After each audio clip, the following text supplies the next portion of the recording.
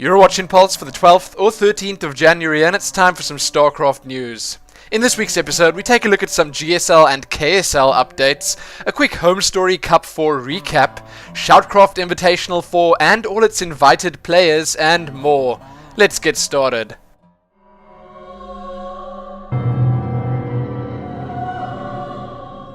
We're starting the StarCraft news off today with some GSL updates, results, and news. First up, the Code S. As a lot of you probably know, the Code S has already begun, but the Code A is only set to start on the 31st of January, so there's some time to go till then. But for now, the GSL Code S results. Group A, B, C, and D have already been played, and from Group E to H will be played starting January the 16th. The two players that managed to top Group A are Ganzi and Jakji. They topped it over Boxer and Sen, who are in fact two of my favorite players.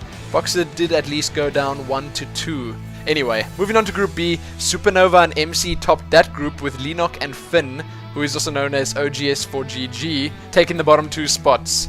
In Group C, Nesty shows that he's back on form and he took the top spot with a 2-0 and MVP took second place there.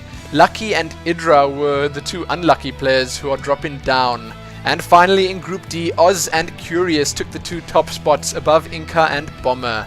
I gotta say, I do like the fact that it's actually that much more difficult to stay in the Code S now. It makes the matches a lot more exciting. So as I mentioned, there aren't any Code A results yet, but you can check the links below this video for a full list of players that made it into the Code A for this season. As one quick GSL related extra, and yes, the GSL news is pretty short this week. Below you can read all about the GOM TV Arena of Legends King of Kong event. This was actually taken by DRG. He beat Losira in the finals with a score of 4-1, but there were 8 really good StarCraft 2 players that participated in here, and needless to say, some of those games were definitely worth watching. So you can read all about that, check the full results out, and more below. Now we're going to move on to something that I'm going to sort of classify with the GSL, as it is pretty similar. So, as many StarCraft fans and viewers out there may know, at the end of 2011, a new online tournament started up in the Korean scene, the KSL, or Korean StarCraft 2 Daily League. So this first KSL event is called the Grand Opening, and I will show you the players participating on your screens right now. There are a bunch of big names, and to me, what made this extremely interesting was that the big names weren't the only ones winning. We've got some relatively unknown players that made their way up into the round of 16 and quarterfinals, taking down some pretty big names along the way. If you are interested, you can see the brackets on your screens right now, but I do in fact suggest that you check them out in the links below this video. A lot of the matches are also being streamed via owned TV, so you can try catch some of them live if you've got the time. So again, as I mentioned, check the links below this video to stay up to date with everything happening in the GSL or the KSL. In our next piece of news, this past weekend was the latest installment of the Homestory Cup series, Homestory Cup 4.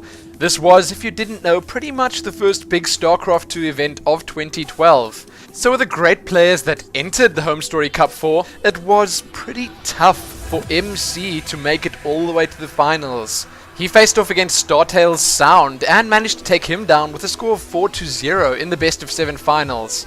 That is really impressive, and it shows that MC is definitely back on form. Let's hope he can take full advantage of this fact in the GSL this season. The fact that Terran player Sound also made it to the finals was quite impressive as well. He faced off against and beat players such as Stefano, Demaga and Grubby to get there. The top 8 of the tournament was as follows. First place went to MC, as I mentioned, with second place going to Sound. Third place was taken by JYP, fourth place went to Violet, 5th to Marine King, 6th to Real, 7th to Demaga, and 8th place went to Nurchio. The Homestory Cup stream was, as we sort of expected it would be, pretty amazing. The guest casting and all the other shenanigans going on in the stream all the time definitely made it worth watching as often as possible. I know a lot of people were sort of taken aback by the casting brilliance of MC and Marine King. As you know, these guys do know quite a lot about StarCraft 2, but they are also extremely funny. So if you do want to read all about the Homestory Cup 4 and everything that went down there this past weekend, check out a couple of videos relating to it, photos, interviews and more. You can find all of that in the links below this video. And once again, congratulations to MC for taking that first place. Now we're going to have a talk about Total Biscuit, or the cynical Brits Shoutcraft Invitational 4. And this one is titled Colin Smith.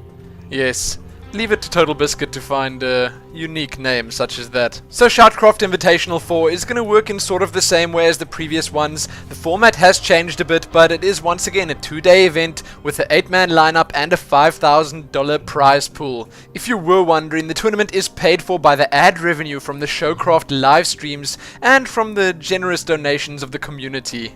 You can read about the format changes below, but it's basically just going to start off with group stages. 2 groups of 4 players, and yes, in this tournament every group is most definitely a group of death. Each player will play a best of 3 against each other player in their group, and the top 2 players will proceed forward while the bottom 2 will be eliminated. This will obviously make for much more excitement, and it means that the players don't just have that one chance to make it here. We'll get to the players participating in just a second, but I will mention that this entire event will be cast live by both Total Biscuit and D Apollo. You can obviously find Total Biscuit's live stream over at JustinTV/TotalBiscuit. Now the players, and we do have some pretty big names here. We've got Thorzane, Grubby, Soke, Dark Force, Ret, Cloud, Nightend, and my favorite of the lot, Stefano.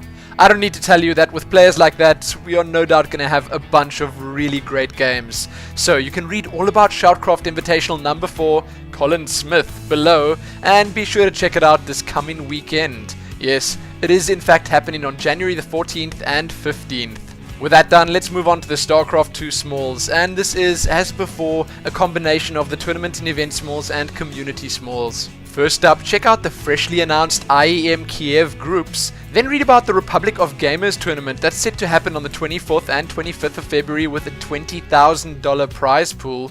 Then there's the IGN Team Arena Challenge 2, South by Southwest $5,000 live show match, Fight Club number 6 featuring Gunzi and Mana, the NASL $10,000 Team League, and lastly, the FX Open Invitational Series number 5. Also $5,000 on the line there. Then in the Community Smalls, the new year has brought new permanent price cuts to StarCraft 2. You can read all about that over at the official site. Check the latest Art of War post out, keep in your lead. Then some SOPA posts. If SOPA passes in its current form, it'll be a disaster for gamers and the game's media worldwide.